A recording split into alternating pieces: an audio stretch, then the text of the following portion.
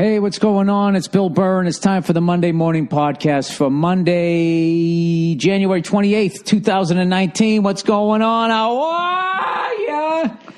How's it going? I'm doing this Sunday night because I'm a busy freckled beaver this week. So I actually got a buddy over, going to smoke a cigar with him. I was like, well, why don't we kill two birds with one stone?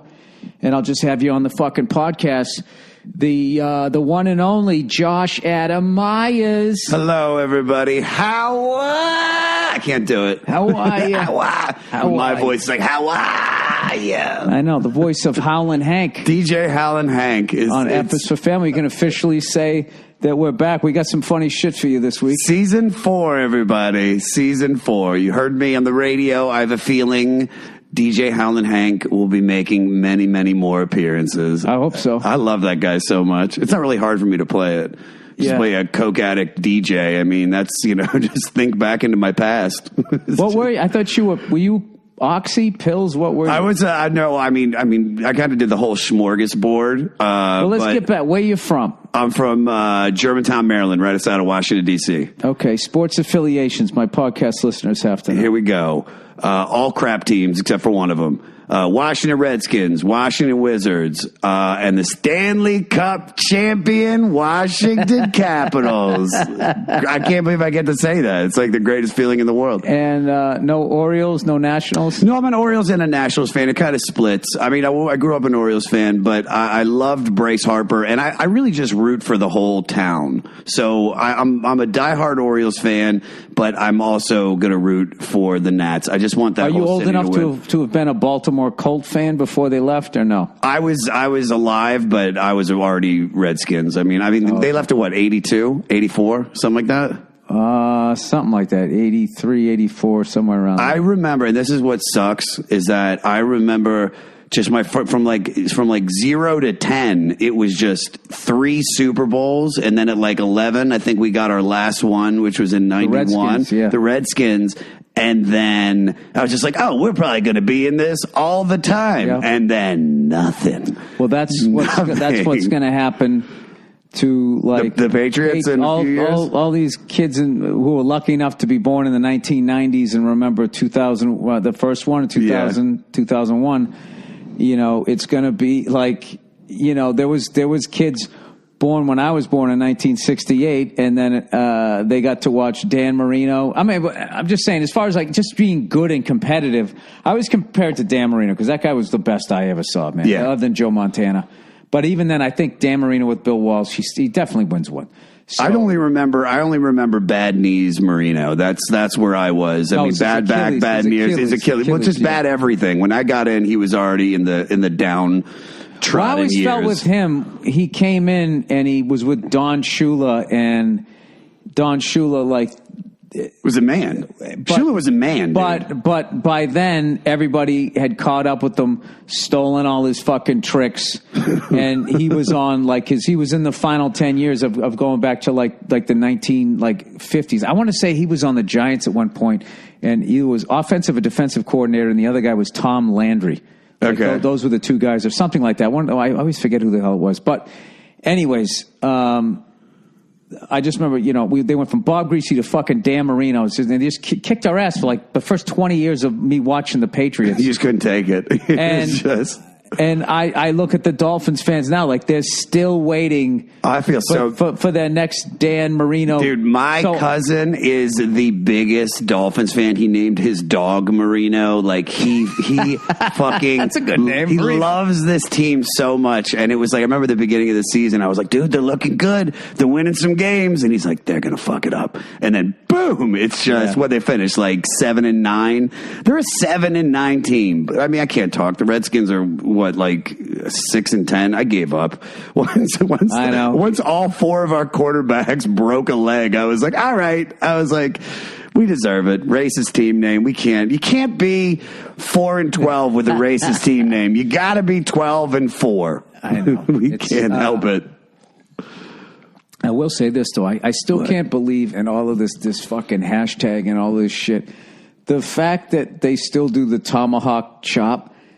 I can't believe it. All of that fucking, it's so fucking bad. It's so fucking bad. And they sit there like, it does. I love when white people justify, like, it's literally the people are saying, don't do it. Yeah, they're like, but we're honoring the heritage. Like, no, I don't think I always so. compare it, it's because we committed genocide. Who's kidding who? We're against those people. That would be like if the Germans won.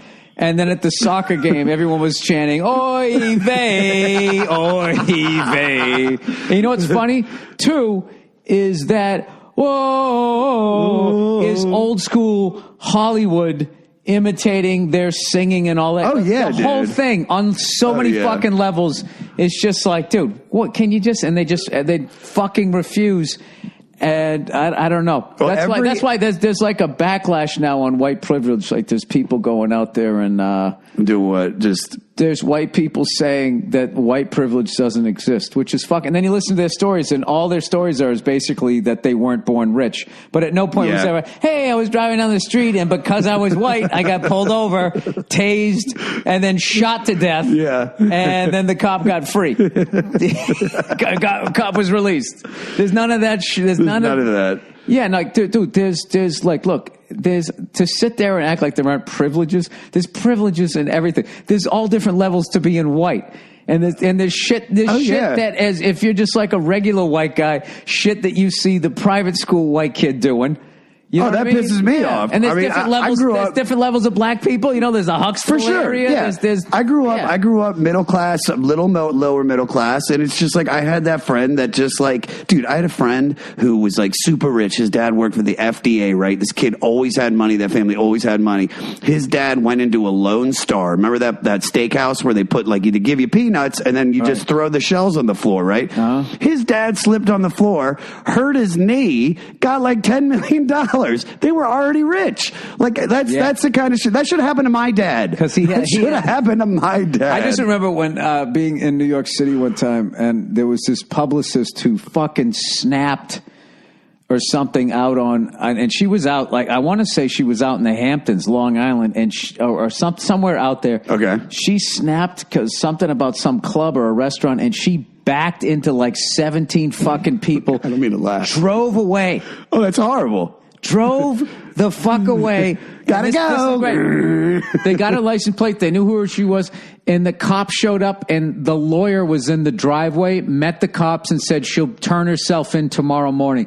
I just remember reading that going like, what the fuck? How is that possible? What level is that? What is that? Yeah, but so to sit there and act like, I don't know, like it's fucking hilarious. It is hilarious. Yeah, it's ridiculous. But the thing is, back with the Redskins, I used to work in a warehouse and unloaded trucks. It's just like, yeah, I know, but there was no point did anybody ever look at you and like, you have white skin. Get out of this neighborhood. Yeah. They just let him be. That's the thing with the Redskins, though, is that it's every like 6 years, a senator or a congressman says, you got to change the name. And I completely agree. At this point, I'm like, just change the name. I can't believe the owner wouldn't do it, considering. I honestly don't notice now because it's just been called that for so fucking long.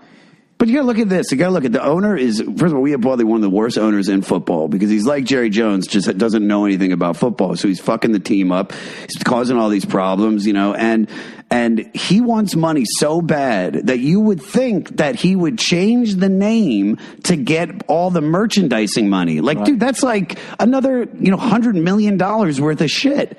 That pays for a new, parking lot. Here's an argument that I've been something that I've been wondering about for a while now, and I think I kind of understand it. Where in every sport, I like Major League Baseball. I thought they counted World Series titles back to the 1880s, but the first one they counted was 1903.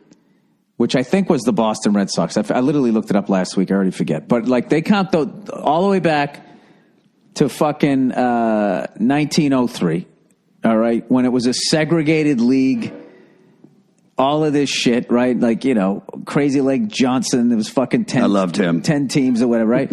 Stanley Cup goes about that far back. NBA titles goes back to the 1940s. And even the Lakers count an NBL title. They somehow won a title in the NBL, and that was counted as a fucking NBA title. Was that when they were the Minneapolis Lakers? Yeah, their first they won an NBL, and then they won 4 NBA titles in Minneapolis, and but they for some reason count that one. But Super Bowls, they only started in 1968. And what kills me... Oh, I saw you post something about this. Yeah, it's just like, so you're telling me, and people are saying, I guess because they call it a merger, but it was like the AFL came in, it was like the XFL or the USFL or the World Football League. It was just this other competing football league. And the NFL laughed, going, you're some fucking, piece of shit league. But it was early enough on, I guess, where they, and they made enough moves and had enough money or whatever, and with the style that they played, that they started to compete with them. And then they played them in the first two games, Super Bowl 1 and 2, which were called NFL AFL championship game. And they got the shit kicked out of them because they weren't as good a league. And then the AFL won in Super Bowl 3, which was still not called the Super Bowl. It was still the AFL NFL championship, all right? Yeah. So then after that, they agreed to merge. All the owners agreed in the AFL to merge with the NFL. Al Davis was the only one. He wanted to put the NFL out of business because he was fucking Al Davis, which is why gangster, why you got to love him, right? So, and then at that point, they just go, all right, so those first three games against the AFL, NFL, that's when we're going to start. I guess because they called it a merger rather than, but I mean, like the ABA in a way merged with the NBA. With the NBA, yeah. And they still count all that shit back to the 1940s. Well, they only took NHL. some teams. They only took some teams from the ABA. They didn't take everybody. Okay, but still. Oh, yeah. But still, it was a competing league that was fucking with their numbers, and they had a more exciting game, just like the AFL. And then in the end, the NBA was losing too many players to it. Same way with the NFL. At some point, it's like, can't beat them, join them, and then they came together. But they still count all those Celtics championships in the 60s. And all that. So it's like you're telling me that John Unitas, I got to look at him in a certain way. Or in all of and half of those fucking teams, the Browns, the Rams, the Bears, the Packers, the Giants, all of those fucking teams were in the NFL playing each other. Sure. It was actually, in a way you could say, I don't know, I guess you can't say it was more talent then, but I'm just saying, like, I don't get why they just wipe that away. They don't fucking talk about it at all. And that the Steelers, with six fucking in 2018, 6 championships. Yeah. Like, it's so fucking ridiculous that the Patriots, right, if we win Sunday, which would be next Sunday, which would be fucking awesome, we would be tied for the most championships won in NFL history. And we've got our first one fucking 17 years ago. That doesn't make, and that doesn't make any fucking sense. That's stupid. I see where you're coming from, but at the same time, we're going by Super Bowl 1. I think, listen, I am not a Patriots fan. I think they have since they started winning them in 2001. Was that the first one? Yeah. I mean, they're definitely 2001 season. They're definitely, one of the strongest teams. But all the people that want to fight and put up the fight about saying that, I saw that thing the guy posted. The Green Bay has we've got 14 or whatever. No, but here's Green Bay though. Green Bay's won 4 Super Bowls and they won fucking 11 NFL titles. They've been winning the entire fucking time. Yeah, but they just haven't won in a minute. I mean, how long has it been since Green Bay's won? What was that? 2005. Something like that? No, 9 or 10 or something. Okay, you're right. Yeah, but I'm not talking about that. Well, then why would you fucking count the Broncos haven't won it in 20 years? So what, theirs don't count? No, they count. I'm saying they count, but I just thought you were getting mad about somebody posting that Green Bay had X amount because they were including the earlier ones. No, that's my argument. They should keep those. Yeah, but those should fucking count. If the fucking Montreal Canadiens can count when they fucking beat somebody playing on a pond. Oh, I didn't know which angle you were going with. I'm sorry. I thought you were going against. I thought you were saying, no, fuck those people. I'm for it. Oh, okay, then. I love the history of the game. The NFL has been the NFL, and a bunch of fucking leagues have tried to compete with them. They've never been able to. The best you ever had was the AFL merged with them. But it was still called the NFL. It wasn't called the AFL. It wasn't called the NFL/AFL like Sirius XM or whatever, right? Yeah. It was called the fucking NFL. You joined the NFL. Yeah. So those other championships were NFL championships. That's because now you call it the fucking Super Bowl.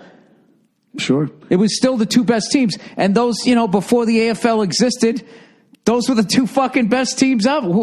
That fucking classic Giants-Colts game played in fucking Yankee Stadium. The winner of that can't fucking walk up to somebody who won Super Bowl IV and said, I know what that feels like? They know exactly what it feels like. A lot of people are dying off, but yeah, they know what it feels like. 100%. That's a great point. They are dying off. They are dying off. But I don't know. I count them. The Green Bay Packers are the fucking New York Yankees, and I think the Giants are next, and that's the way it should be. Dude, I think it was, the Redskins are up there. The Redskins we have 3, and then we had like 4 of the world championship ones too. All right, I'm going to give you some trivia. Where did the Rams first start at? What city? St. Louis? No, because it was with Los Angeles. I don't fucking know.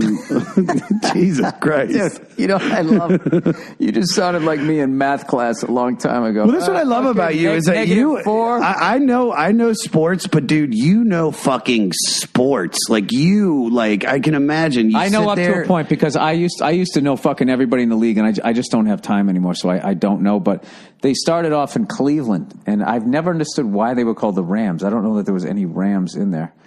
All right, let's look up. What am I looking up? Washington Redskins. What's your fight song? Hail to the Redskins. That's right. Hail victory. Braves on the warpath. Fight for ODC. Oh, there you go. And then it goes into some weird thing. Running, touching, jumping, there's a lot more. Skiba dabba dooba, let the points soar. Fight up. All right, here you go. NFL championships pre-1970 merger. You got 2. All right, 5's pretty good. I'll take it. Yeah, so you got 5. So right now, as for the way I look at it, you're tied with the Patriots. We got 5 Super Bowls. You got 5 champions. We have 5 championships. I wish everybody thought like you, because a lot of people don't. Because a lot of people, few fucking people have ever said that. No, it's just I completely agree with what you're saying. If the one before it was the official Super Bowl, it's still a championship. Unfortunately, a lot of those people have died. Yeah, who would care, I guess. Let's see here. Yeah. All right. League championships. All right. The NFL pre-1970s, the Giants won 4. So they've won 4 NFL titles, and they won 4 Super Bowl titles. You go to the stadiums, they're nowhere to be found. They're not listed. It's like it never fucking happened. I see the angle you're coming with right now, and I respect what you're saying, dude. 100%. That's not fair. Well, I'm not saying it's not fair. It's not fair. I'm just asking why. Why? Won't you win the championships? Dude, league championships, Chicago Bears. Okay, they won fucking 9. 1921, 1932, 33, 40, 41, 43, 46, 1963, and then they won a Super Bowl in 1985, and all they have is one fucking banner hanging over their stadium. Check one of the scores when they beat the Redskins in one of those league championships. It's like crazy fucking lopsided. Oh, like 70 to like nothing? 70 to 8, if I'm not mistaken. So I don't know a lot about sports, about facts, but I do know that is right. All right, let's look up the Los Angeles Rams. All right, and you'll find. Are you nervous? Are you nervous about Sunday? Oh yeah, always. I'll tell you what's the funniest thing. My Verzi texted me and he's like, "Dude, Todd Gurley. Is it Todd Gurley? Todd Gurley, yeah. Yeah." He goes, "He's hurt." And in my head, I'm like, "Dude, there's no way 2 stand-up comedians know the injury status of the key running back for the Rams." If I got a guy on the inside. Yeah. Who's your guy on the inside? ESPN.com. This is my if he was really fucking hurt, we wouldn't know. They would keep that under wraps. But he was hurt in the last game. I saw him on the bike for a little bit. I know, but here's the thing. What? Here's the thing. Everybody's hurt this time of year. They all said he's got 2 fucking weeks to recover. He's going to fucking play. If they're leaking it out that he's hurt, that means he's way better than they thought he was going to be, because that's just good. Oh, he's hurt. And but they know Belichick is going to be like, well, I guess we don't have to prepare for Todd Gurley. But it was just funny. Oh, no, he showed up. Yeah. All right, NFL championships pre-1970. The Rams, they won in 45 and 51, and then they won in 1999. And they were your Cleveland Rams from 1936 to 1942. They took 43 off to finish off the Germans and the Japanese. 1944, 1945. That was the last year. And then they moved to Los Angeles. They stayed there till 94. Came back to 2016, which brings me to something I was making fun of in a lot. Did you watch the Saints-Rams game? I did. All right. Everybody thought the worst fucking thing in that was that fucking helmet-to-helmet, no pass interference call. The worst thing in that game was when they cut to the stands after the Rams won, and you saw those guys in the Rams jerseys in their 20s, maybe early 30s, crying. I saw that. Yes, I did see that. And their girlfriends were trying to comfort them. It's just like, buddy, you were fucking 2 years old when they moved away. Like, what are you doing here? You've been waiting since 2016? It's just, listen. And you're fucking Bill, crying here? Bill, when you, because if you remember what happened when we watched, because you watched the Caps game with me when they won the Cup, you were on my computer. I was in London. You were in London, but I was FaceTiming you so you could watch the game. Everybody was asleep, and I was pitch black, and I was in the bathroom of my hotel. My wife and daughter were sound asleep, and I was going, dude, I'm so happy for you. Just fucking. And I was sitting there going, like, all right, dude. Congratulations. I was FaceTiming with you, and you had your fucking TV on. But you were like, congratulations, buddy. My wife probably thought I was in there. The greatest feeling in the world. Trust me. I know it. But my wife probably thought I was in there talking to a hooker. Okay, everybody's asleep. Oh man, it's so beautiful. Oh, it's so beautiful. But what was so funny is if you would have seen me, and I mean, like, I remember in 91 when the Redskins won, but I remember the day after because my mom, like, I was watching the game, and then my mom made a bunch of her famous Super Bowl chili, and I ate a bunch of it, and then I fell asleep in a laundry basket. I was 11, and then I didn't get another championship until this Caps won, and we were watching it together, and you were facing the screen, and I remember I was just like cheering as the clock ran down, and then remember it stopped for a second. There was like a stoppage of play at like 0.06 seconds. Yeah. So I was screaming, and then I got quiet, and then they win the game, and everybody's running on the ice, and I'm just dead silent. I thought, I was like, am I dead inside? Like, what is wrong with me? And then they brought the cup out. And, dude, I just started weeping. Just weeping, dude. Just like, oh, God, I can't take it. Why does it matter so much? It's so stupid. It's everything. Awesome. It's just all it's all, dude, it's everything. It's all the, you know, the times that they chunked it before when they were supposed to win, and all the times that, you know, they just, you put so much into it, and to finally get it just was so sweet, man. And it was like, I started thinking about, like, I'm going to go really like John Cougar Mellencamp here, but I thought about all like the middle class people that live in the Washington DC area that work these dead end jobs, and then they get that championship because they want it so bad. And that team, whether it's the Redskins or the Caps or whoever, it's like that's what they have to help them escape. And so I went full Springsteen. Seeing your team raise the cup is just like I kind of was just like, I don't think I'm ever going to see the Bruins do it. And when they finally did it, I watched them from 1980 to 2011. That's how long it took me to, what's that, 10, 20, 31 years. 31.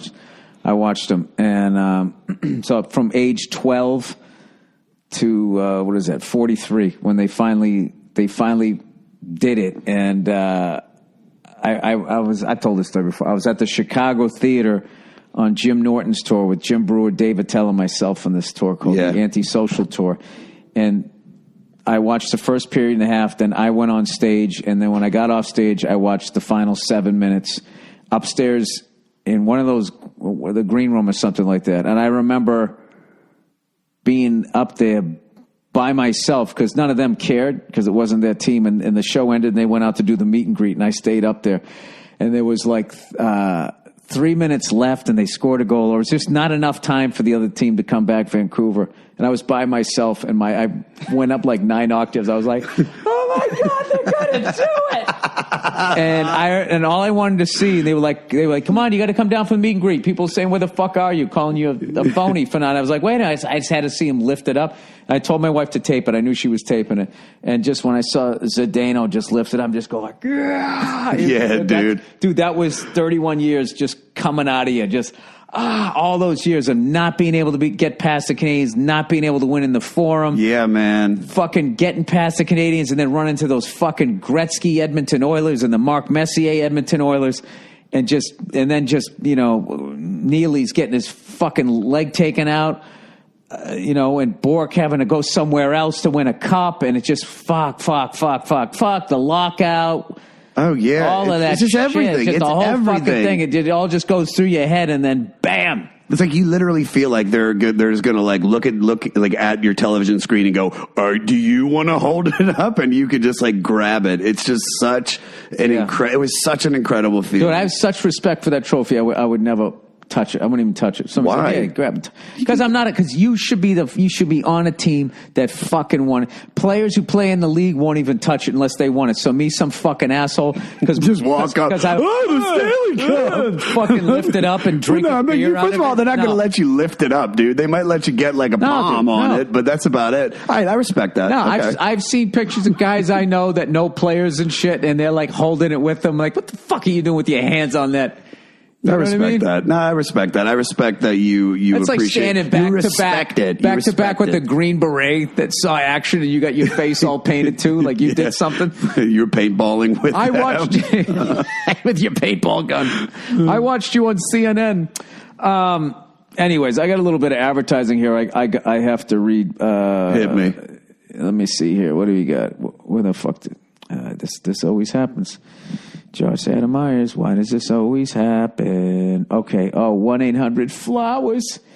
Valentine's Day is coming up there, buddy. Can't wait. By now, most of us have started racking our brains about what Valentine's gift is truly going to make her day special. Dude, fuck that. Is any woman out there fucking racking their brains about what kind of fucking stupid thing they're going to get you? No. You know what guys should do? We should get into what fucking thing could you pressure them? Would it be funny, like, ladies, Valentine's Day, what kind of flat screen TV you're going to get for me? Yeah. I was thinking about some Sonos audio. Yeah. All that shiny shit. With 1-800-Flowers.com, it's really not that complicated. Roses from 1-800-Flowers are a no-brainer. Right now, when you order early, 1-800-Flowers has amazing deals on vibrant and romantic Valentine's rose bouquets. Is it bouquet or bouquet? Who says bouquet? It's bouquet. Oh, bouquet.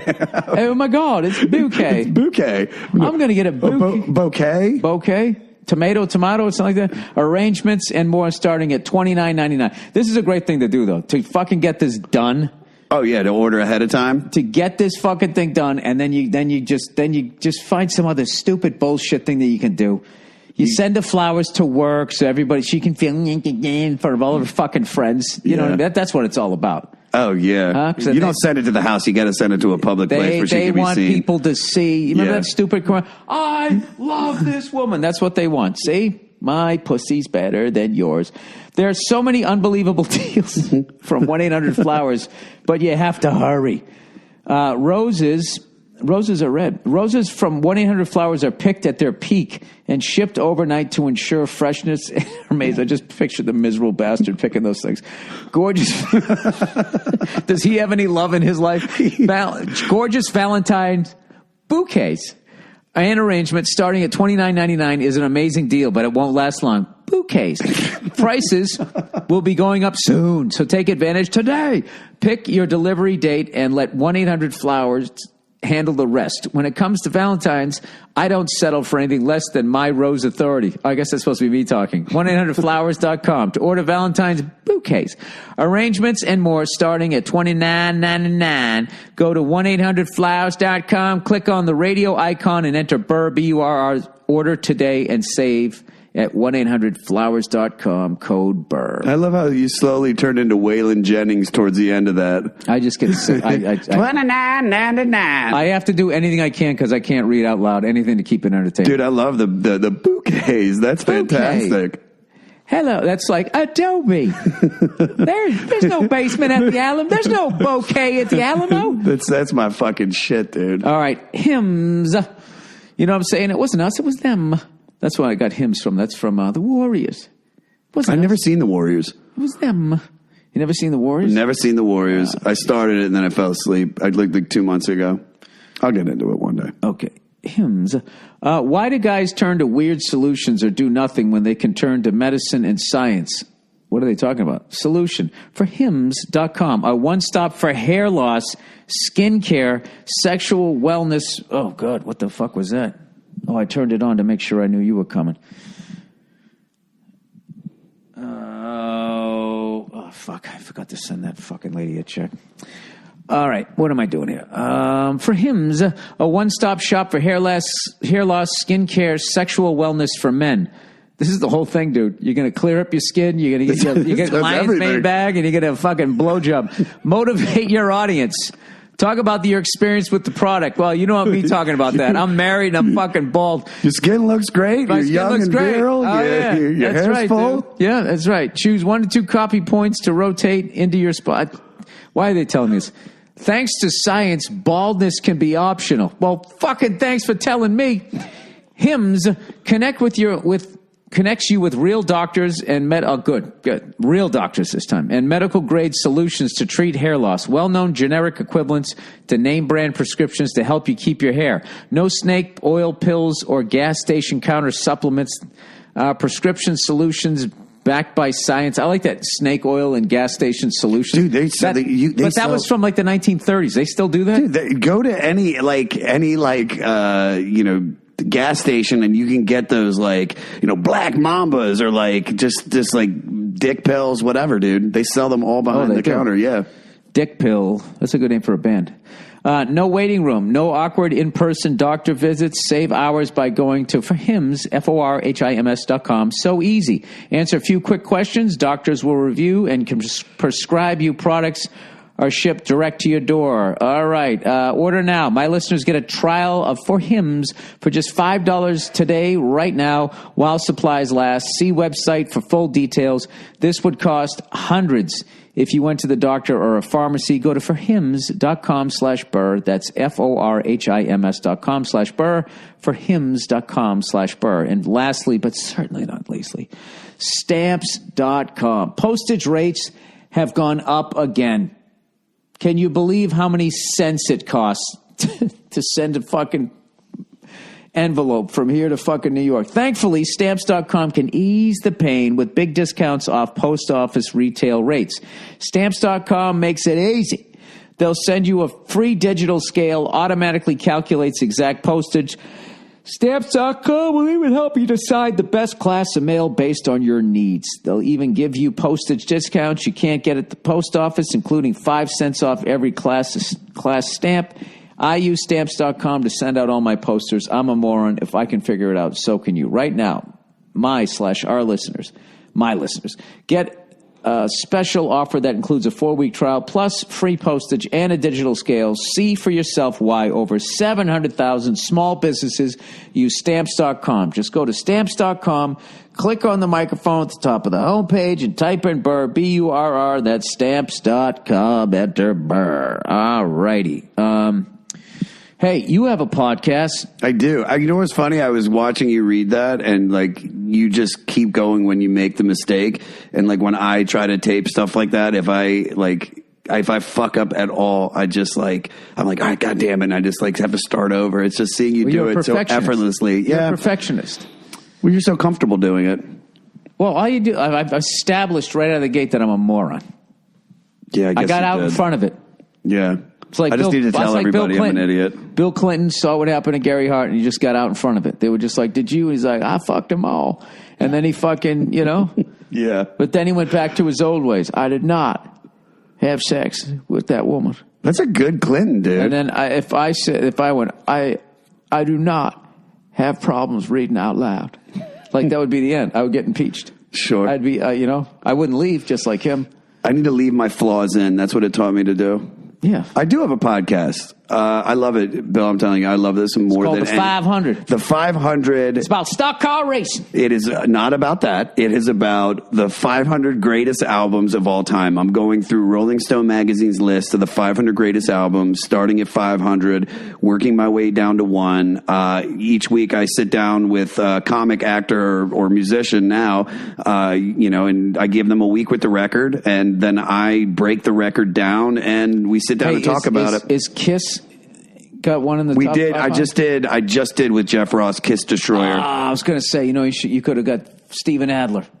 I mean, I've got. He would love. I would love to get Steven. You got to get him in there, dude. I love this so much, man. Like, because it's not just being able to sit down and talk with my buddies about the album and ask them questions around like the meanings of the songs and the facts from the record. But dude, since I've started doing this, like I have listened to music that I thought I would never listen to, didn't even know about. And it's like touching me, and it's just so incredible. Right now I'm listening to Steve Earle, Guitar Town. You ever heard of him?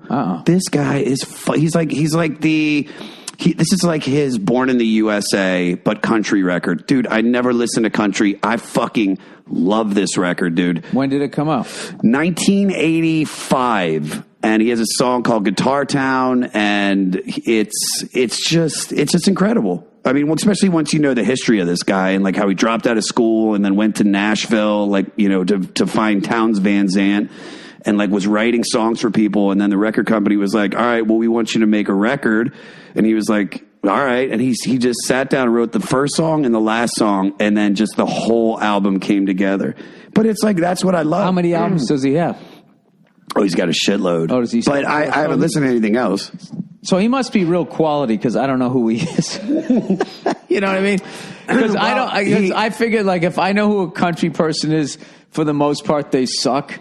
Because it's going to be like, you just know, like the pop kind of. Here's the thing, though. You don't know. It's like, like if you were, I don't know, if somebody said, "Hey, name a speed metal band," everybody would know. You say Motorcycle. That's right. You would say Motorcycle. Our favorite band. No, this is the thing. The guy could have been like enormous, but then he developed like a drug problem and then kind of fell off, and now he actually still makes music, but the country fan base doesn't really fuck with him anymore because he leans very left. And I was actually watching a documentary of his because I'm getting ready to record the episode with Tom Everett Scott from That Thing You Do. He played the drummer. You remember when he came and did it at the Jam?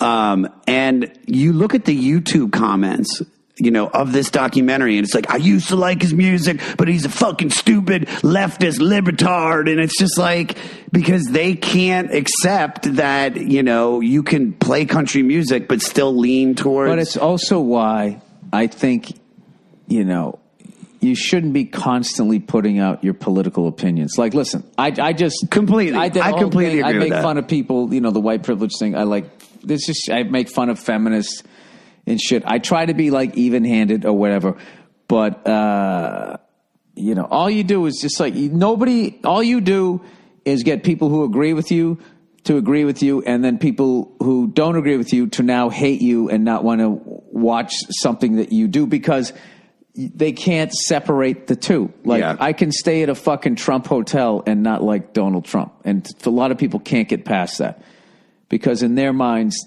the people who run the Sheraton, who are also billionaires for some reason, didn't vote for Donald Trump. Yeah, I know. They're all the same fucking people. 100%. Yeah. But, and not to mention, like, they're just paying for his name outside the thing. It's not like literally. And I've been in a Trump hotel. They're extremely nice. Oh, they're incredible. They're incredible, yeah. I said nice. I mean, everybody knew what I meant. You didn't have to one-up me and say incredible. No, it was incredible. I've only stayed at one. It was fucking incredible. It's fantastic. Like this, is that one-upping incredible? It's what this guy should be doing. Fuck yeah, dude. Just stick to hotels, If his Donnie. presidency was as competent as his fucking hotel, I mean, this we would be back. He would make it great again. If his tax cuts were as good as his bath towels, I mean, come the fuck. You know what I was making fun of the other day? Somebody said, what? Like there was I guess there was some sort of tax thing out there if you make $11 million or more, and people who make $11 million or more were complaining. Oh, right? yeah. So somebody had tweeted that, hey, This is fucking bullshit. Just pay your fair share. Someone makes $11 million a year, doesn't work any harder than somebody who makes $20,000 a year. And I was fucking dying laughing. I was like, oh, yeah, they do. Yeah, they do. Yeah, they do. You wonder why a guy making $11 million is getting a fucking divorce? It's because he never sees his wife. That's why. It's true. Yeah, that's why. Doesn't see his kids, has a pool, never been in it. And it's just like, yeah, there's 24/7. I've made $20,000 a year. You know what's great? It's the second the fucking whistle blows, you don't even think about that job. But what I think nobody calls you up. Hey, Bill, tomorrow when you unload the boxes, could you maybe do it? We need to have a fucking conference call on how you unload the fucking truck. It's just because people don't think that. People think of like when you think somebody makes $20 million a year, like we just know shit from like Falcon Crest and Dynasty, all those shows. Yeah. And they're like, they don't do anything. Yeah. They hang out at country clubs and they piss on us. Yeah. The 20,000ers. Yeah, and you have petty fights with people within your family. Yeah, that's all they do. Like nobody sees them like, in the office from 6 a.m. until like 3 a.m. and then they go home, like walk into their kid's room, the kid's sleeping, a single teardrop falls, and then they go bang the maid and go to sleep. Yeah. That's what I assume happens. I have no idea. I grew up lower middle class. But what I love about this podcast is that I would do this if nobody was listening because I wanted to listen to these albums and I started to, I wanted to feel inspired. I think I was just musically tapped out and I was like, all right, I'm going to listen to an album a day over 500 days. And I started posting about it. And when I got to like 498, which was like on the third day, Jim Jeffries reached out to me. He's like, dude, that Stone Roses record is one of my favorite records. He's like, oh, the stories that I think of when I hear that music. And then it like hit me. And I was like, that's the podcast I've been waiting to do. He has a great voice. He can sing. He's incredible voice. But he came on and he did that episode. And that's basically what it is. It's like, we're going to go through these great records and we're going to talk about them. I'm going to ask. Don't you need more than a day to listen to an album that's that good? I give them a week. Gee, he just pointed it at me. No. Oh, a week. I give you a week. A week. Yeah. Well, when you did it, you did. Oh, but I thought you only took a day to listen to it because you're so busy because you're making $12 million. So you're out. I'm making $11 million and $1. $11 million and $1. So I was the one who complained. I can tell it was you. It was me. So, but what it is like I give every comic or actor, whoever it's going to be, a week with the record, and then I break the album down and like ask them questions about their life using the meaning of the songs, the facts from the record. So the album is really just like the celery and the carrots and the onions of the soup, but it's really just, the basis for me just to have a really, funny or deep or whatever the fuck it is. It's just a good conversation. When you run out of those albums, it's over then. No, I know how you do it. What you do next? You do the 500 albums that should have been in the top 500. That'll be in 9.61 years. And that's not a bad idea. But I might just be, I think I'm going to retire it on May 31st, 2028. Oh, that's when we're going to have. My goal is on the final episode to have Oprah. I don't know why, but it's my white whale. What's the number one? Sgt. Pepper's Lonely Hearts Club Band. Then it goes. That's the number one album. That's number one. Then number two is Pet Sounds, and then number three I think is Revolver. So this is White Rock, the number one White Rock. In the top 10, no, Marvin Gaye is in the top 10. Marvin Gaye is number 6. Marvin Gaye, What's Going On? But it's all over the place. Album 500 was Outkast Aquemini, and then 499. So what they're probably saying is because the Beatles, who really went rogue and started their own, Beatles were essentially a boy band. And then they took control of their careers. There's a lot of people because the Beatles now get a ton of shit by people being like, there's like people who think they stink. Like I've listened to people, who thinks the Beatles stink? Dumb people. Well, they're dumb. Yeah, I'm not saying you can't be into them. They don't move you or whatever. I mean, it's been a long time, But that's like saying Count Basie stinks or something like that. No, it's just like they don't. That's the thing is that somebody like my age, I'm 39. Like I was born in '79, so I wasn't really alive during the Beatles era. And from what I've been told and everything I've read, like there will never be an artist as big as the Beatles were. Like they were enormous. Like what was they broke out of what usually binds you, and they took control of their career and started their own label. And then when they should have fizzled out, they made this left turn where they reinvented themselves, when they started doing drugs and grew their hair and all that shit. Yeah, like Rubber Soul. And then, and Revolver and all that stuff. And then when that kind of went to, they were, now what the fuck do we do? It's like, all right, let's just play characters. Now we'll be these guys. How would these guys do that? Yeah. So during that time, Marvin Gaye, I think he was stuck in the Motown shit, and he's got to sing what they're writing for him. And by the 70s, he was doing what they did as far as he kind of broke away. He's like, well, I want to sing about what I'm thinking about rather than doing my version of She Loves You, Yeah, Yeah, Yeah, where he's doing like Heard It Through the Grapevine and all that stuff, which I still love all those songs and everything. But then he wanted to go like deeper. So maybe they think that's because... Well, Sgt. Pepper... I think What's Going On is a better record than Sgt. Pepper? Yeah. I mean, it's... Listen, all of this whole list is completely, Yeah, it's all over the... It's designed to do this. There's you got like... Because the way they made it, because I've already had this discussion with people, is like... 24 years ago today. What is it? It's 20 years ago today. Sgt. Pepper taught the band to play. Then they're going in and out of style. Gabba skiba labba down to dial. It's going to introduce to you the one and only Billy Shears. Skiba deeba, skiba doo boo doo. Yep, something like that. One of the best moments we've had on the Jam is when Jim Jeffries sang that. First time he did it, he did Sgt. Pepper and then into With a Little Help from My Friends. And he was wearing a jacket that he bought at John Varvatos, that the only reason he bought it's the gaudiest, like most expensive, weirdest jacket you've ever seen in your life. And it cost like $10,000. And he only bought it because he was at this John Varvatos like event and he put it on to laugh about it. And then Ringo Starr walked by and went, "You look good in that." So he was like, "Well, I got to buy it now." I mean, if a Beatle tells you look good in something, it's like you got to fucking... Get the fuck... Ringo Starr was there? Yeah, dude. Ringo's always at like Varvatos events. He wears all that like interview with the vampire clothing. It was an event. It wasn't a store. Not at the no.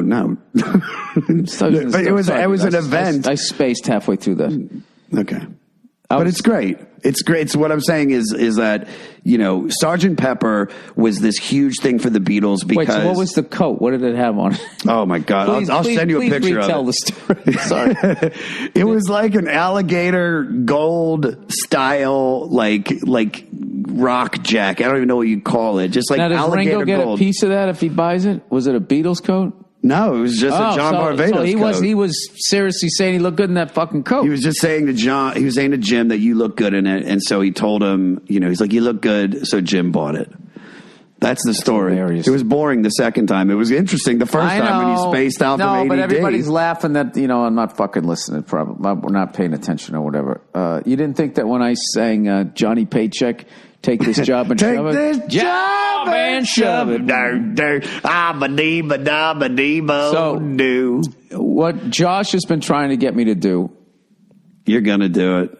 He wants Motherfucker, you are going to do this shit. He wants me to get a brown curly wig, go out on stage as Don Henley, and then he wants me to play drums and sing Hotel California. On a dark desert highway. Yeah, I can't sing, dude. You can sing. I'm going to help you. I'm going to help you, and the crowd's going to help you. So everybody knows, because Bill's talked about it, I do a show called The Goddamn Comedy Jam where comedians do stand-up, they tell a story about a song, and then they sing it. Bill has done it. You've done it more than fucking... like anybody. But nobody counts it because it was pre the NFL AFL merger. That's true, 100%. They don't call back. All right, but we had my birthday coming up, and I asked you. I was like, "Could you please do that And I was for gonna the do it. birthday. And you said, I'm going to do it. And then you called me and you give me one of your, I've gotten this call a few times where it's like, Josh, dude, I got too much shit going on. I can't learn this fucking song. Don't make me learn this fucking song. I could play the song, but the fact that I have to sing along with it and I can't sing. But you understand, that's a song that's so popular. The second you start playing it, the whole audience is going to fucking join in with you. And then you can just kind of mimic it. And then I'll be singing and the bass player will be singing, the keyboards will be singing. I'll need like all the fucking lyrics in front of me. Like it's going to be a shit show. I think I could do it. I think, I can make that happen. Listen, there's one in March. I got one coming up, March 20th. We haven't done one in a while. Yeah, dude. Like my schedule doesn't open up again until fucking April. Like I'm straight. I don't know what the fuck happened, dude. I got in this business to not work, and now we're doing efforts for family, man. I got to be cannot wait, dude. Writing shit. We're already up to episode 3. We're cruising. That's great. Yeah, we're cruising. But I mean, yeah, it takes a lot of time. All right, let's get into. At some point, I will sing Hotel California. Cool wind in my hair. Boom, boom, boom. Something. Yeah.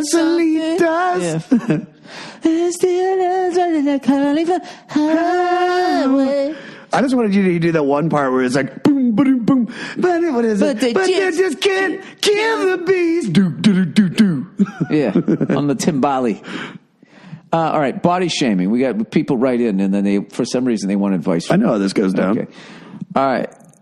Body shaming. Yo, Billy Brown shirt. I don't know what brown shirt means. Wasn't that the people who sympathetic to fucking Hitler?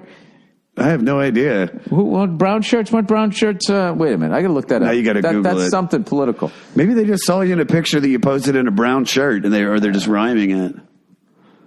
Brown shirt. Dude, they've said so many weird things, like Billy Elbows or Billy Dingle Dong. Yeah. So they just made it up. No. Brown shirt's political. Nazi Party's original parliamentary. It played a significant role in Adolf Hitler's rise to power. Oh, I guess all he needed was brown shirts. See, that's why the internet's stupid, because I just fucking grazed over all that. Grazed. All right, yo, Billy Brown shirt. I vomited a little in my mouth halfway through your tirade against fat cunts when you suggested, I don't remember doing this, those who don't conform to your body dysmorphic ideal should get therapy and sort out their lives. Did I say that? Guys, you have to understand something. Like, I have to do an hour usually by myself, and whatever topic comes up, I have to destroy it because I'm trying to make you laugh. Anyways, I haven't heard anything less healthy come out of your mouth for some time. All right, you know something, dude? First of all, I vomited a little bit in my life. The fact that I'm supposed to literally take what you're saying seriously and you're speaking in sound bites. Let me guess, then did you shake your head before you rolled on the floor laughing your ass off? Anyways, if my partner thought my weight was a deal breaker, I'd thank her for the honest glimpse into her vacant prison soul and abandon her in a heartbeat. No, you wouldn't, you overly sensitive jackass. In a heartbeat to the Greyhound-inspired Instagram influencers and consumer program nihilists, you seem to champion. Diversity is not a mental illness, but body shaming is. Oh God! Wow, I gotta. Like that's worded so much in that speak that I don't even believe that that's true. No, they're just throwing buzzwords together. Brown shirt, all of that type of stuff. Now I see why they called you Billy Brown shirt. Yeah, like I'm a Nazi. They're mad at you. Yeah, like they're mad at you. No, because what it was there was a guy who was with some chick. She had a little meat on her bones, whatever, and he went into it thinking, she'll probably fucking lose it eventually. I don't know why he thought that. People tend to just get fatter. Yeah. People do tend to age. It'd be like, this guy has a little gray hair. Maybe it's going to turn brown. No, it's going to get more gray. Yes. So anyways, they're going to age. And so what happens is, but she was putting it on at what he considered to be an alarming rate. So he wanted to stay with her, but he needed to know how to approach. To ask her in a polite way to stay in shape. Well, here's what all these... Or not at least gain weight. Here's what all these proud fat people are not doing. They're killing themselves. So if somebody does an intervention, and the thing about fatties is they'll fucking sit there and they'll talk about how addiction food addiction and all that is no different than drug addiction. I completely agree with you. I completely agree with you. You have an intervention with people to be like, dude, you're killing yourself with this heroin. So I have a friend. For some reason with Big Macs, you can't fucking be like, hey, why don't you lay off your fucking chicken tenders there? So I have a friend that that just had a kid, my buddy, and he lost a little bit of weight because he had pre-diabetes, but he's putting it back on again. And like we had a thing tonight, and I was like, hey man, like you look like you're putting on more weight. And he goes, yeah, it's just the stress and blah blah blah. I'm like, I know, but we're celebrating your kid's birthday. It's just, you should just, and he wants to. And it's like that, by saying that, it's just that reality check just to let him know. I'm not shaming him. And I don't think he's shaming his girlfriend either, that dude that wrote in. So it's just kind of like, hey, it's like you said, it's health. It's, you gotta stop. Fucking just, you got to be exercise. If you want to live, you got to exercise and take care of yourself. What you eat is fuel. It doesn't need to be delicious every time. I'm not going to say his name, but a guy I knew a couple years ago. Yeah.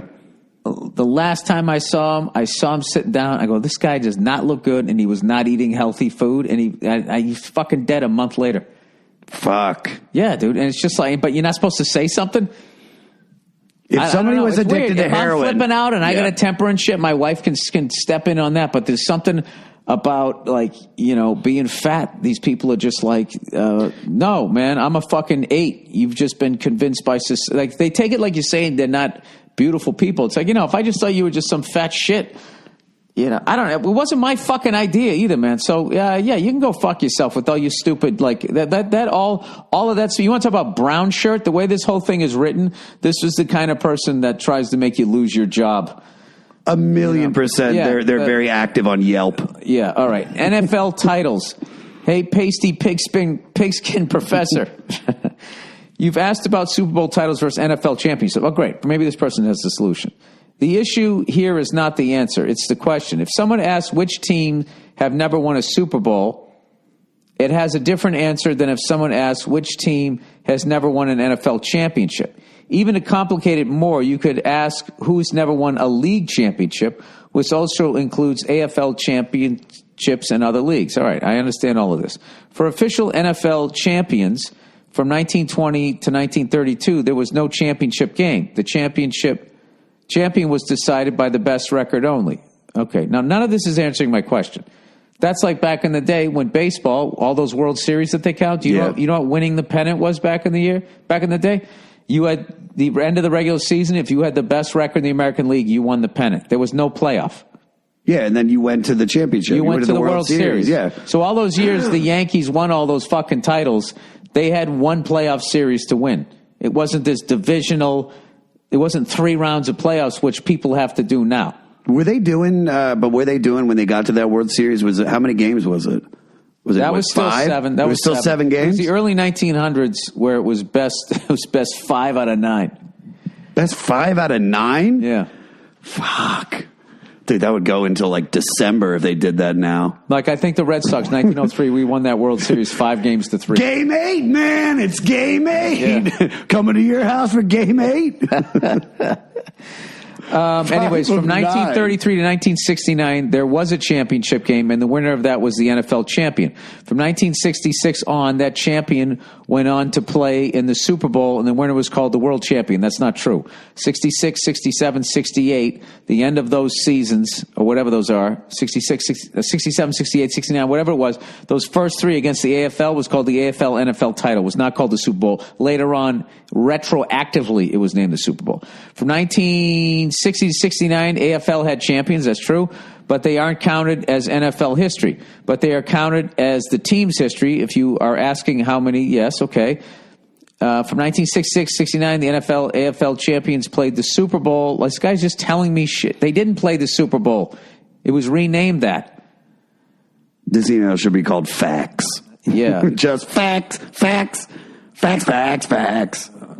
Okay, so in 1966, the AFL champ was the Kansas City Chiefs. The NFL champ was the Green Bay Packers.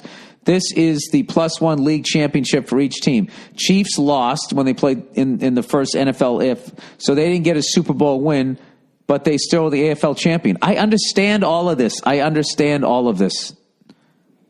None of that cleared anything up. I'm saying, why don't they count those? Yeah.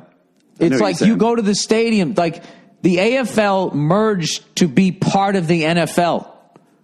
So you're saying that at most NFL stadiums, there are no trophies to represent the league championships of yesteryear. If you look at I'm sure somewhere in the stadium, maybe they'll have that. But it's just like, when you go to fucking Red Sox Fenway Park. I mean, we have our banners right down the thing, 1903 to fucking 2018.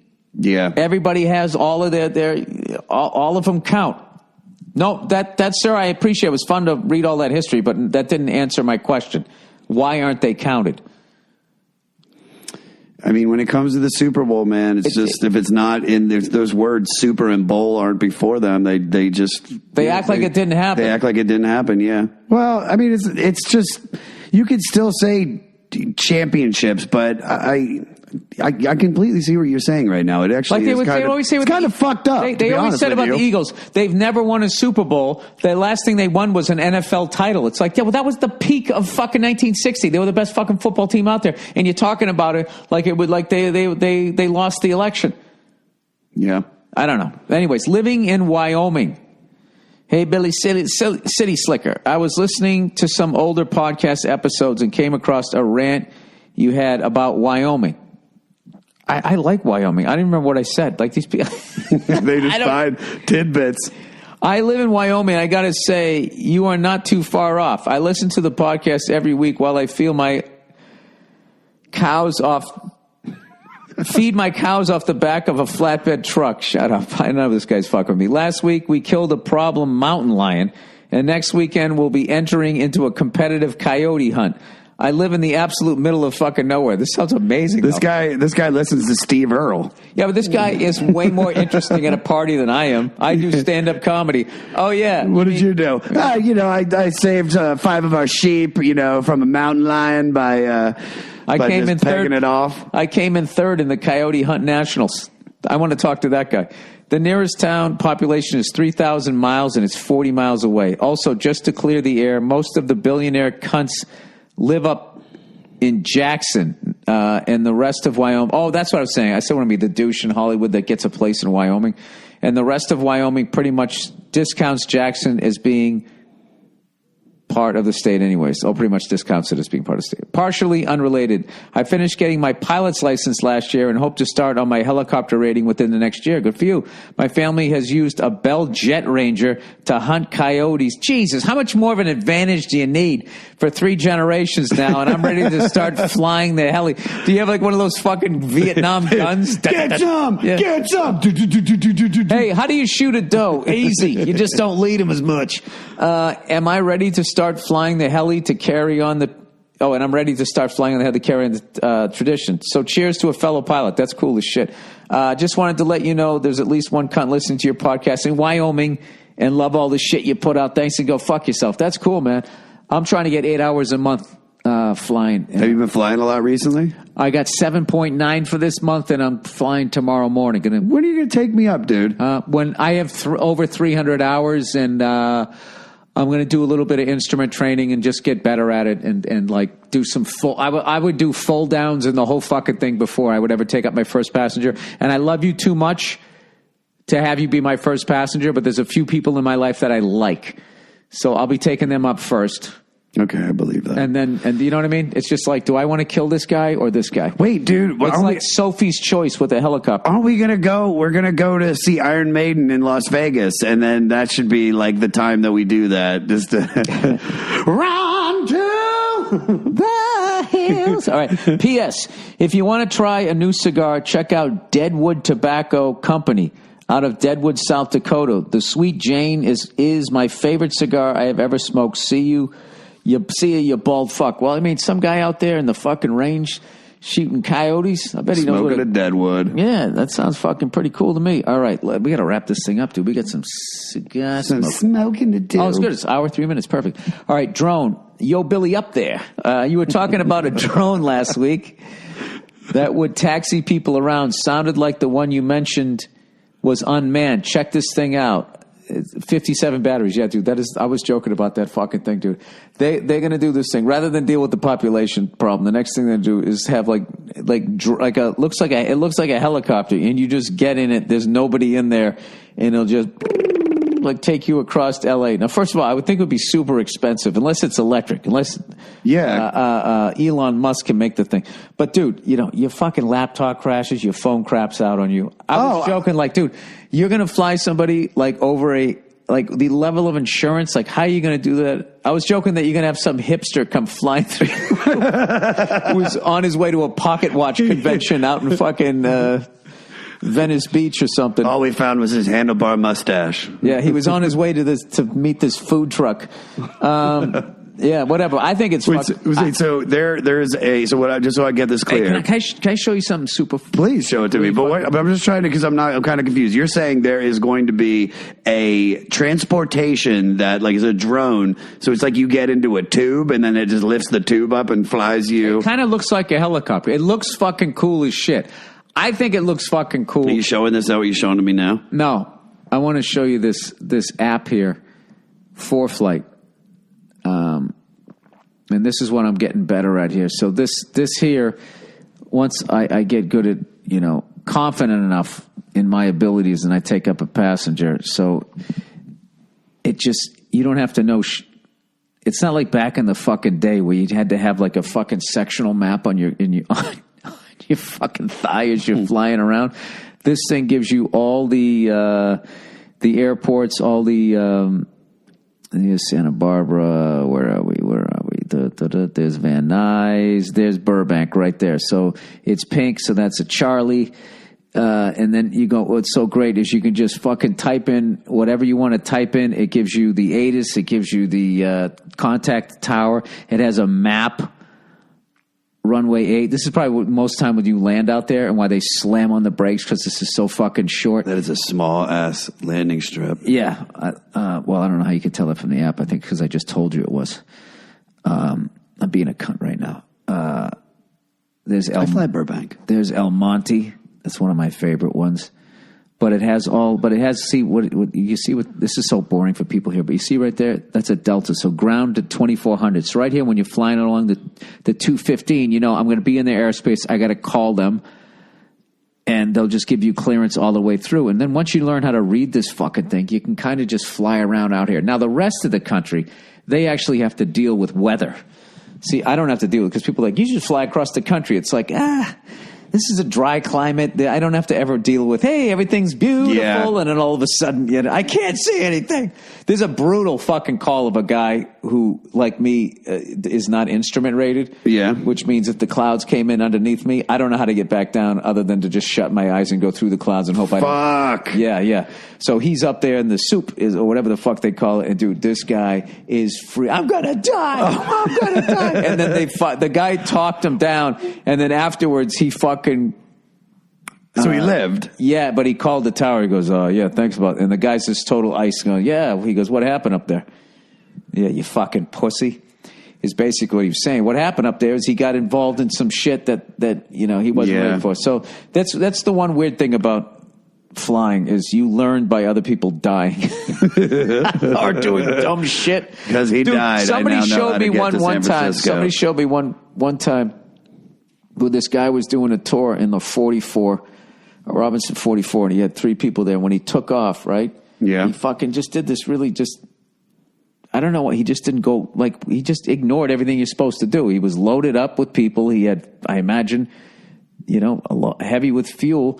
So what you want to do is use your forward momentum to get going. And he just pulled all this fucking power, and his low RPM horn comes on. Now the weird thing was the chick in the passenger seat was going, woo, like right at this, like the same fucking note. So he didn't hear it at first. And all he had to do, he was come out of the bank, lower your collective, and it'll go off and then just gradually climb up. And he did it for a second, and then he pulled it again, and it came on again. And then he just started descending. And your instinct is you want to pull because you want to go up. Yeah. You actually want to bring your collective down. He kept pulling power, and these fucking went in the ground. They all fucking died. Oh, fuck, man. Yeah, so I'll take you up. All right, girlfriend is pregnant. Hey, Billy, sad tits. I'm 28 years old, and my 26-year-old girlfriend just found out she's pregnant. Now, you're saying this, dude, like you didn't blow the load in her. She found out she's pregnant, like she got fucking shingles or something. This came as a big shock because I previously had a vasectomy when I was 22. There's the answer. Jesus Christ, at 22, you either had 9 kids by then or you never wanted any. He had a vasectomy at 22? He said had never wanted kids. After she told me, I went to a urologist who told me I had regained a sperm count, although rare. It was not unheard of. When I met this girl, she changed my life. I had never trusted or loved any woman the way I do her. She's the light of my life, but we weren't planning on this. We both have okay jobs, but living in California is expensive, and adding a third mouth to feed and paying for doctor's visits will crush us financially. She doesn't have health insurance. Do you have any advice for me? My fear is losing the chance to have kids with her, as this may be a miracle considering my vasectomy, and consider you waited a long time to have kids. I want to know if you think this would be good for someone in my position to go through this. Thanks for taking the time to read this poorly and probably not understand my situation, you old gray cunt. The old gray cunt, he ain't what he used to be. Love your shows, and I hope to hear more of your ramblings from you. Best to you, the baby, and go fuck yourself and your gay-ass patriots. All right. Can I take this? Because I think that he should do it. Yeah, I think you don't wait on life for your financial situation, man. If you guys will make it work, that's what you will make it work. You'll figure it out. You might not think that you have enough money right now, but like life is constantly changing and evolving, and it's just like lay off the micro Bruce and have the kid. Yeah, exactly. Like you'll make it work. I think you should consider it a miracle, just like you said. I think it's a great thing. I'm actually really happy for you, and I think put it this way, I wish I didn't wait as long as I did. And the other day I was watching this kid's song. It's just as simple that it's like snowflake, snowflake, little snowflake, snowflake, snowflake, da da da da da. And my daughter was trying to sing it, and she was throwing her head back, going snowflake, snowflake, doing the high thing, wasn't quite in pitch. Dude, I had to fight off getting emotional just watching her do that. I bet it's the most beautiful thing in the world ever. And there's nothing up until then, anything fucking. I've done Madison Square Garden, was not as good as that. Not even remotely is like Madison Square Garden was like, wow, that's amazing. But that moment with my daughter was like, this is what life is all about. 100%. This is what it's all about. And then another great thing is you become a dad, and one of the greatest fucking things ever, and some sage advice I learned from a good dad is he said how awesome it is because he goes, it's not about you anymore. And at first I kind of took that as like, because I'm a very like don't tell me what the fuck to do, idiot sometimes. Yeah. And then I realized how great that is. Like the other day, I finally had a day off, and my wife wanted to go out and go get some breakfast. She goes, you want to do that? I was like, no, I'm finally home. I want to stay home. And so I was just like, all right, fuck it. That's what she wants to do. And we just went out, and I said, yeah, it's not about you. They want to go out to breakfast. Take them out to fucking breakfast. And I went out to breakfast, and I had a great fucking time. And I had a great time, and it's weird. When you're home, you're a dad or whatever, blah, blah. But when you go out, you kind of feel more like a dad. I don't know. Yeah, well, no, it's like you taking them out to dinner. You're taking them out of the car. You're walking. She's holding your hand, or you're carrying her. You go in. You get her in the little booster seat. You get her whatever. Like it's usually like a mac and cheese or like a cut up hot dog or some shit. Yeah. I assume that she's at that age. And you just people are looking at the kid. Look how beautiful the kid is, and you're I know. It's just like, dude, you're in your element, man. Yeah, no, it's awesome. And what's cool is she's really, really beginning to talk now. Yeah. So. Yeah, it's getting to the point where I can actually convey to her, and she will understand how much I love her, which is going to be great. That's incredible. Like, dude, yeah, because I always say, you realize how much I love you? Do you understand that? And she'll just be looking at you, smiling or whatever. But I'll actually be able to say it. She'll be able to understand it. Yeah, I can't wait. Can't wait to fucking play catch with her. I'm going to teach her how to drive my truck. 3 in the tree. What kid born in 2018 is going to know how to work shit? 2017. Sorry, no. Forget about drive a stick. Drive 3 in the column. I took it over to Jiffy Lube, which I know a lot of fucking car people are going to give me shit for. That you went to Jiffy Lube? Well, I would change it, but the way they designed the guy, whoever fucking designed the engine did not talk to the guy who fucking designed the frame on that truck, because the frame, there's like literally a piece that goes from one side to the other right underneath the fucking plug for the drain pan. So it's just a giant fucking mess. Like when they do it, they have to have this giant thing underneath it, and it comes down and it splashes all over that piece that goes across, and then they have like this spray thing and then the air thing that they shoot all off. It's like, I'm going to do that in my garage and have a fucking oil spill. I can't do it. I hate it. Yeah, you got to take it in. I used to love doing it. When I was a kid, that was like my favorite thing because I knew how to do it. I would change the fuel filter. I knew how to do a lube job. I knew how to do the whole all of that maintenance stuff, but I never had the balls to start taking apart the fucking engine or whatever. But anyways, that's the podcast. We got a cigar to smoke. Hey, your pick. For the Super Bowl? Patriots or Rams? I think it's going to be the Patriots. I really do. You think so? I do. And to be honest with you, like I love watching greatness, and I know people like to hate on the Patriots, and I know I tease you sometimes, but it's just like, dude, he's so good. That team is so good, man. And it's like to be able to say that I watched Michael Jordan win 6. Like I know I was alive during that, and nobody else has matched that greatness except for Tom Brady. Well, I think it's gonna. I'm gonna die 1,000 deaths as always, and I really think that. I mean, dude, we're going up against what's looking like the next Belichick. I mean, the kid, Sean McVay, dude. I mean, he's like fucking 33, 34 years old. I mean, it's fucking ridiculous. He was a skin, dude. He was our offensive coordinator. And we gave him up. Like, we have fucking one of the goddamn Grudens who ain't doing shit. I know. Belichick coached the Browns at one point. It happens, dude. It happens. All right. That's the podcast. I'm hoping my Patriots win. I have no idea what's going to happen. The fucking Rams look great, and I think their quarterback, like, they just don't make quarterbacks the way they used to. Like, they don't come into the league scared. They just fucking come in like, all right, whatever. I don't know what it is. Maybe because they video games and shit, they've already seen. It's like, I remember that guy. I used to beat him all the time in 8th grade.